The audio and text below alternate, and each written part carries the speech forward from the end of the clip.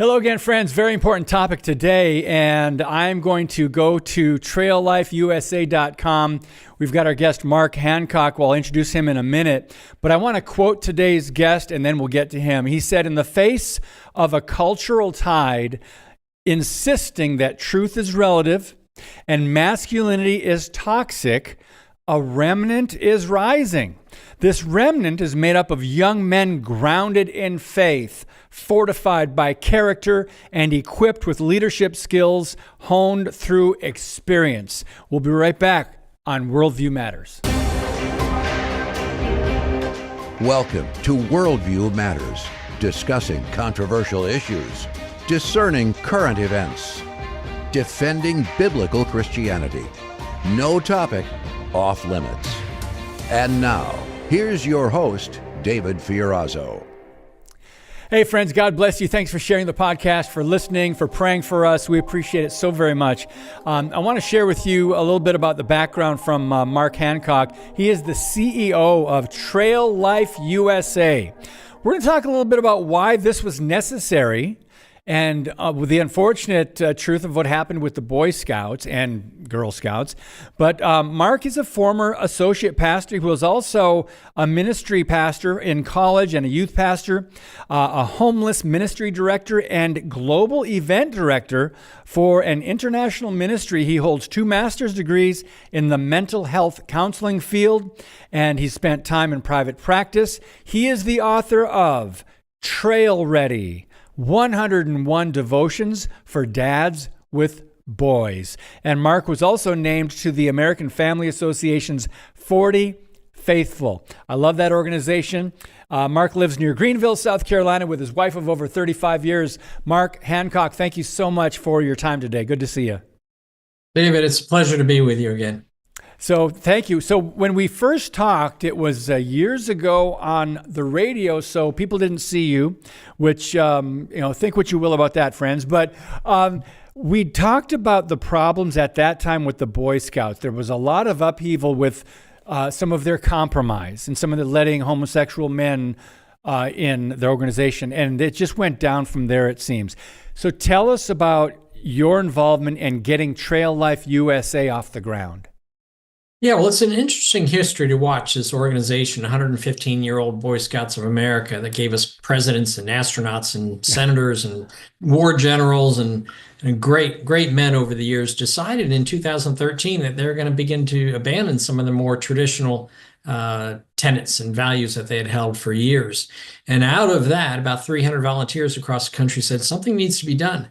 And Trail Life USA was started. We launched on January 14th, 2014, and now we've grown to over 1,300 troops, 65,000 trailmen across the country in all 50 states, and doing what you would expect from an outdoor boys organization: hiking and camping and fishing and troops and patrols and uniforms and handbooks, a robust awards program, everything you would expect, except we're unapologetically Christian and we're boy focused, which means that we believe that boys and girls are different. Which isn't something that the Boy Scouts believes anymore. Well, it's interesting how you hear that and it's common sense, but today, with what's been happening in our culture of delusion and confusion, wait, boys and girls are different and they were created by God. You know what I mean? You can kind of go, well, maybe 50 or 100 years ago, there was no problem with that. I often ask the question, what would our great-grandparents think? So, Mark, what would our great-grandparents think about the necessity to start this new organization, Trail Life USA, when they knew about the Boy Scouts? And as you said, it was once honorable, reputable, but just like a lot of other organizations, nonprofits, corporations, the compromise away from the biblical worldview, maybe politically correct. So, I mean, it's just sad, as you said, that has happened, right? Yeah, it's tragic. And it's what the scary part is just how quickly this has become the norm. and to where you're now countercultural if you say things like boys and girls are different, when every legitimate science would point to that biology, psychology, chemistry, any legitimate science knows that boys and girls are different, and that boys should have their own program that's aimed at their strength the same way as girls need a program that's aimed at their strength. It's not a value statement. It's not like boys are better than girls. It's just that they're different.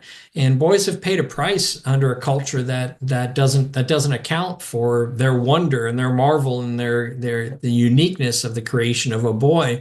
And now they're twice as likely to be in special education, 3 times more likely to have ADHD. They've fallen behind girls in every single academic category. And there's now more girls going to college, getting master's degrees, doctoral degrees, bachelor's degrees than boys. It's really tragic what's happening. I can tell you where boys are leading. Ages 10 to 14, it's the fastest growing demographic for suicide, which is really sad. So this kind of cultural acceptance of boys and girls are the same or somehow interchangeable has left boys really behind, like there's some sort of a defective girl or some kind of social disease that needs to be eradicated or excused or labeled toxic. And it's really tragic what's happened. So Trail Life USA was built and designed to recognize the wonder of boys. It's countercultural in terms that we believe that the only way to raise godly boys is to surround them with godly men, and unapologetically Christian. We give them a foundation to grow from that's really making a difference. And families are more and more families are seeking us out every day. I love the fact that you say unapologetically Christian. And I have to ask, I'm sure you've gotten some resistance and some flack from some in our culture that think you guys are whatever, homophobic or too narrow-minded or too, you're Christian, whatever they label you as. How do you respond to that? Yeah, that's interesting. When we first got into this, we really got in there to help boys because we recognized the price that they would have to pay with the changes that Boy Scouts was bringing about. And we also know that churches would be in trouble. Churches that charter Boy Scout troops that have different beliefs and different doctrines, quote unquote, than they do, would be in trouble, and that there's 501c3 could be challenged. But we set out to say, you know what? We're going to be different. And we're not just an outdoor organization having a Christian experience. We are at our core a Christian ministry that uses the outdoors to turn boys into godly men. If there was a better way of doing it, I would be doing that. That we've discovered this magic of the outdoors, this wonderful place for boys and men, and we're seeing it make a difference, not just in the boys, but in the men and single moms that have put their boys in the program and say, hey, I want to surround my boy with good, strong men. Fathers who are trying to connect with their sons, men in our program who don't have a son in the program, but they're there because they found their brotherhood, their band of brothers, these guys who share their values and are focused on the next generation. So it's this powerful thing across the board that's making a difference in men and their families and boys without dads and with dads in this relationship with their son, and certainly a difference in the boys to counter this cultural tide that's against them. Mm-hmm. And I really believe, David, that we're just not creating a generation of boys that's going to be able to stand against the tide, but we're building a generation that's going to turn back the tide itself, that's going to stand against these sort of nonsensical kind of things that we've adopted as a culture and re-engage themselves with the truths that we've known for generations. And we're seeing that. We're seeing people who are rushing to this because they're saying, hey, that makes sense. Parents, any engaged parents can tell you that their son is different than their daughter, or any teacher who's paying attention can tell you boys and girls are different. So what's wrong with recognizing that we need an organization that's aimed at them? And we're unapologetically Christian because it takes a strong foundation.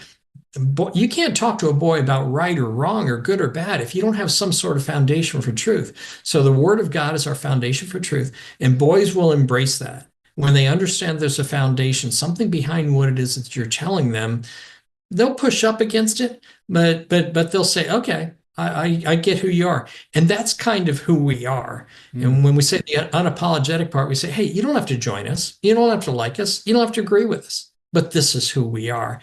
And our members and our churches and the boys are bold enough to say that. So I wish there wasn't a need for an alternative to the Boy Scouts. But thank you for what you're doing. TrailLifeUSA.com. You started in 2014.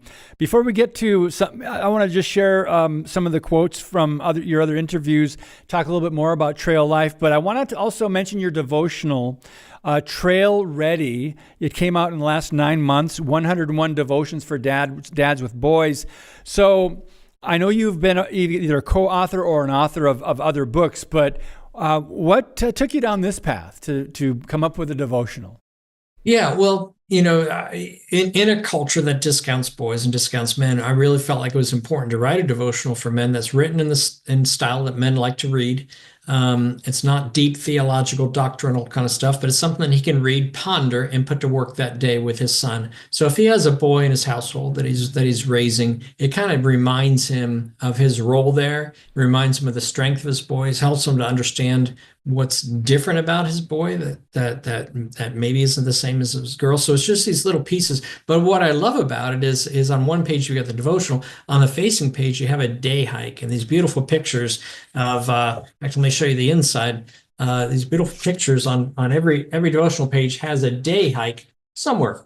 Oh, nice. And so in a description of that hike. And so really cool thing, David, is I had a dad send me a picture of him and his son. They had the devotional open up to the page of a Hawaii day hike, and he was standing in the spot where the picture was taken. Oh my goodness! I read the devotional here in Hawaii, so it's a great opportunity to remind dads of who they are. Listen, dads are still the most powerful voice in the lives of their sons, and we still have that. We still own that unless we give it up. And so we're reminding men of who they are because they're being shamed at every turn. And so instead of shaming them with a devotional or something that says, hey, you need to read more, pray more, date your wife more, whatever it is you need to do more, we're telling them, no, you already have these superpowers. This is who you are. Let's just activate these skills because you are the most powerful voice in the life of your son. So young moms, if you have boys, you can go to TrailLifeUSA.com, look up the book, or it's on Amazon. That's often easier for people. Trail Ready, 101 Devotions for Dads. Why do I say that? Well, Mother's Day is coming up, but right after that, the month after that, Father's Day. This would be a great gift for dad if you've got young boys. So I wanted to ask you, Mark, it says Trail Life USA partners with churches and parents across America. And how do you do that? How would a church contact you, or what does that relationship look like? Yeah, well, we consider ourselves an outreach of the local church. We're not meeting in their basement. We are a ministry of that local church. In fact, this is an interesting statistic in that 18% of our adult members join the local church after they join the troop that meets there. So that connection between the church and the troop is really strong. We have a specific role in every troop called the Troop Ministry Liaison, and that man's job is to connect the troop to the church and connect the church to the troop. So if the troop is serving the church and the troop are working together to make a difference in their community. You can invite a boy forever to come to Sunday school, and he may or may not come. But if you ask him to go hiking or whitewater rafting or camping or fishing or rappelling or something, that boy is going to show up. And what we see over and over again is that unchurched boy joins the troop, and then the unchurched family joins the church. So we are an outreach where we partner with the church, and we don't charter every church. And we charter churches that we have a Trinitarian statement of faith that they have to align with. And then we also have a statement of values that talks about things like the definition of a marriage.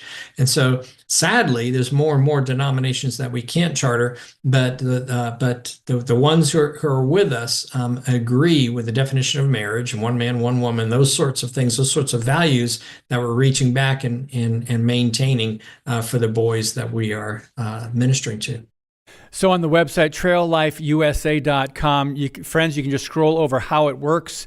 There's a program introduction, an overview, and frequently asked questions. Mark, in about a minute here, I wanted to just quote you or quote this press release on Trail Life USA and let you explain something to me. It says, too many boys are turning to virtual worlds of TV, video games, digital media, and the internet to find realms they can conquer and areas where they can excel. When I was young, I knew when my parents said, go outside and play, I knew what that meant. How big of a challenge is that with today's young men, today's boys? they're all about the machines, right? How hard is that of an adjustment maybe for Trail Life USA to get these guys engaged? Yeah, well, when we reintroduce them to the kind of thing that you're talking about, they're excited about it. But I got to tell you the truth, we've kind of driven them to those games through participation trophies and nobody keeps score and those kind of things. We put boys in position where they say, the boys are drawn to risk and competition. So we put them in a position where, you're not going to get your risk and competition right because you're going to get hurt, or maybe you're not brave enough, or maybe your feelings are going to hurt, or maybe this is too hard for you and you're not going to win. And so we tell them that over and over again in the real world. Then they find this beautiful virtual world that's designed for them because score is kept, there's levels, they fail. And if they try harder, they succeed and they feel good about themselves overcoming a challenge. We've removed that stuff from the real world. So we can criticize them for playing video games, but at some point we have to own our part in that, and that we have taken risk and competition out of the lives of boys. We bubble wrap them in a society that's afraid they're going to get their feelings hurt. They're going to get. And every time we shield them from something that may hurt them, we're telling them you're not brave. And so it's no wonder that we have more young men living at home than since we started counting that in the census in 1960. This failure to launch is because they haven't learned to get out there and fail and try something hard. And then if you fail, get up and try it again. Video games teach them that lesson over and over again. The real world shields them from it. So no wonder it's a scary place. We don't let them fail. And I'm really concerned we're raising a generation of narcissistic, unproductive narcissists, where they're unproductive because we don't expect anything of them, and they're narcissists because we don't let them fail. But if we can give the boys opportunities for real world adventures, real world risk and competition challenge like we provide in Trail Life, we're building boys who understand that failure isn't the end. You get up and you try harder. So if you hike for 5 days to the summit of a mountain, you don't quit, you push through. You're really sore, you're hurting, you can't carry your pack another step. But when you stand on the top of the mountain, you learn and you're about yourself. I can do hard things and it's worth it. And that is gold, solid gold for raising boys in a culture that discounts them. Great explanation. Friends, we'll be right back with Mark Hancock from Trail Life USA. We'll be right back. Today's show is brought to you by Harbinger's Daily. World news biblically understood. Stay informed at harbingersdaily.com.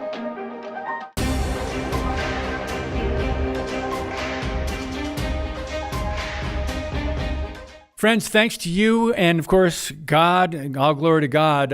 Episodes of Worldview Matters are surging, and you're sharing them, and we appreciate your prayers. If you haven't followed us yet, you can do so on Apple, Spotify for the audio podcast, video, Rumble, YouTube, Facebook, and you can download the Freedom Project Media app. We have a new YouTube channel, by the way. In the last couple of months, we got this up. It's Worldview Matters, David Fiorazzo on YouTube. So Mark Hancock is our guest tonight, traillifeusa.com. Did I say tonight? It's daytime. So, Mark, I had John Cooper, the lead singer of Skillet, on last year. He wrote a book called Wimpy, Weak, and Woke. Now, he was talking about other things than just our culture and society, but isn't that indirectly, in a way, the messaging that young boys are getting? Because it's almost like we've heard of toxic masculinity. There's been an attack on the patriarchy, or being male in our society, being a man, and it's something like we've never seen happen before. Men are not allowed to be men. Go share your thoughts on that. Yeah, it really is something. And when you become sensitive to it, as I'm sure that you are, then you start to see it everywhere. And sometimes it's subtle. I remember not too long ago, I was down at Kennedy Space Center and walked into an exhibit there, and they had this huge video across the whole front wall, and there was a woman astronaut in the video, and she's talking to a room full of kids in the video. You see the backs of their heads in silhouette, and she's telling them, you can do anything, you got to work hard in school, and she's giving this great inspirational speech. I'm saying, man, I wish my sons were here. They would love to hear this, and this is the kind of message I want them to hear. And the camera came around behind her and showed the kids' faces, and it was all girls. Oh my goodness. And so the message in that room was, girls can do anything. Girls. So I realized what they were trying to do, because girls need to hear that, but so do boys. And I was so thankful that my sons weren't there, because they would have said, oh, this message isn't for me. And so in subtle ways, we're shaming boys. Like there's, like I said earlier, like there's some kind of defective girl. Why can't you sit still and be quiet like Susie? And it's really tragic because boys aren't built for the same thing that girls are built for. But they're in a society, they're sitting in classrooms, and everything around them is structured for sit still, be quiet, pay attention. And they're just not wired for that. So everywhere they go, they feel like they don't fit. And it's no wonder that they're struggling like they are. So I'm reading some of the press release there, and that's interesting. As soon as you said that, I thought, okay, that's more evidence of DEI, right? Oh my goodness. So in the press release, it says, talks about we celebrate the heroic deeds of people like George Washington, Paul Revere, Abraham Lincoln, Ulysses S. Grant, and others. And it says, today, rather than exalting men for their significant contributions, our culture is dismissing the heroism of fathers and forefathers and choosing instead to emphasize their shortcomings. Mark Hancock, how did that come to be accepted in a way in our culture, in a country like America? Well, we have to take responsibility for part of that because to some extent, some of us have failed. And we failed miserably and publicly, but not all of us have. But men are painted with this broad brush. And in a society that distances itself from biblical values, you're going to find that. You're going to find failures of character. You're going to find men who fail. But that doesn't mean that all men will fail you. Certainly there are bad men, but they're not all bad.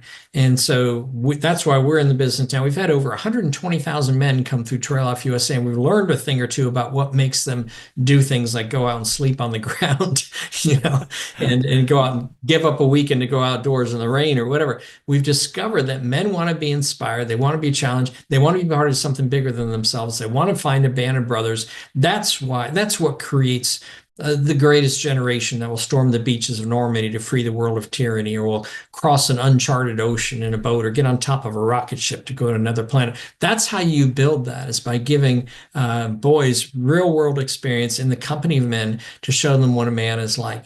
When you've got a Supreme Court justice that can't give you the definition of a woman, how is an 8-year-old or 10-year-old boy going to define what it is that a man is when he doesn't have an example? 1 in 4 boys now doesn't have a father in the household. 76% of public school teachers are female. 80-something% of Sunday school teachers are female. So girls have these wonderful role models that they can look to, but boys are lacking these models. And so it makes sense that what we're seeing is a failure in men. One, we expect it, and then we really promote it and advertise it, but we don't spend time talking about men of character and men of conviction. They're kind of discounted on our side. I'm telling trail men all the time, the adult leaders across the country, listen, it's more likely that they'll burn you at the stake in the public square than they'll build a statue in your honor. But do it anyway. Do it anyway because you're right and it's the right thing. So, what are some of the other activities? I think you mentioned camping. Typical from what most people remember the Boy Scouts used to do, or maybe still do. I don't know. But what kind of activities do you guys do when you go on these trips? Yeah, well, it's across the board. Like I said, we're in all 50 states, so different geographies all across the board, but anything from a troop that summited Mount Rainier not too long ago, to a troop that did a 10-day hike across Iceland, backpacking, to a weekend campouts in a local state park or a national park, or a week. Last July, I went paddle 105 miles down the Missouri River with a group of men and boys through Montana. It's amazing the opportunities that are out there when you begin to look for them. So troops are out all the time doing just incredible things with the outdoors. So for churches, again, do they go right to your website, traillifeusa.com, and say, hey, let's work on something in whatever city we're from? How do you advise a pastor or someone from a church that wants to get something like this going through Trail Life USA in their church? Yeah, well, you see that tab at the top that says Get Connected. If they click on that, then they can find a troop or they can start a troop. And if you click on Find a Troop, it shows a map of the United States if you're on a desktop. And you can put in your zip code to show you the troops that are nearby. And you click on them and connect with that troop and say, hey, can we come visit you? Where do we find you? What time do you meet? Or if there's not a troop in the area, and you click on Start a Troop, and it walks you through the process. We have 20,000 adult volunteers across the country who will help you get your church up and running and engaged with a Trail Life USA troop. Wow, I just did that. It's really easy and interactive, and there's one a few miles from here. I didn't even know that. So that's great. So you can see in all the states there, you can see all the dots and where there are troops. And of course, people can start them too. Closing minutes here, Mark. How do you think the confusion, like what you just said, the Supreme Court Justice, she wasn't a biologist, so she couldn't tell what a woman was. How do you think the confusion has impacted boys in the transgender ideology being pushed so much today to public people that should know better, just don't want to, I guess, tell the truth? Yeah, and I think it's especially impacted boys, and the reason being is that it's not as popular, not culturally or politically correct to lift boys up. Like I told you earlier, it's great to say, hey, girls are strong. You can do anything. You shouldn't quit. You should try. You hear those messages all the time for girls, and they need to hear that message. But it's not popular to give that same message to boys. So they're already in a posture where they're in a world where they just don't fit. Everywhere they go, they just don't quite fit there. Except a Trail Life troop, they find their place there. But so they start out as a disadvantage. So every message that comes from the culture, whether it's subtle or whether it's direct, is driving them farther and farther. And David, I don't know. It seems so intricately designed that it feels like it's intentional, like Yes. we're really trying to take boys out because we don't want men in the future engaged somehow. I don't think people are smart enough to do it as well as it's being done, but everywhere you look, it feels like it's coordinated by somebody or something that's making it more and more difficult for boys to engage. But I'm encouraged by the remnant that's rising across the country, and these Trail USA men who are saying, listen, I know the truth. I know what's right. I'm not swayed by this. I understand the difference between right and wrong, good and evil, truth and a lie, and I'm going to live for that. And if I'm not popular, if I'm hated, if I'm discounted, that's okay, because it's the truth. Well, it's demonic. That's why it's so prevalent today. The enemy has been working overtime, confusing people, because it is an assault on God and the creative order, God's design of male and female, marriage, family, community. I want to mention on front page of your website, because we have 30 seconds left, you do say it says established on timeless values derived from the Bible and set in the context of outdoor adventure, and then it describes Trail Life USA. Thank you for being unapologetic about the Bible and the Christian worldview, biblical worldview, and people can donate to Trail Life USA. They're unapologetic, and we're so thankful for that. We're thankful that there is something out there that's doing something different than Boy Scouts. So Mark Hancock, thanks for your time today. God bless your efforts, brother, and Lord willing, we'll do this again sometime. David, it's been a pleasure to spend time with you again. God bless. Praise God. Again, guys, traillifeusa.com, and that devotional for men with boys, you can get that over on Amazon. Trail Ready 101 devotion. So God bless you, and as always, keep speaking the truth about things that matter.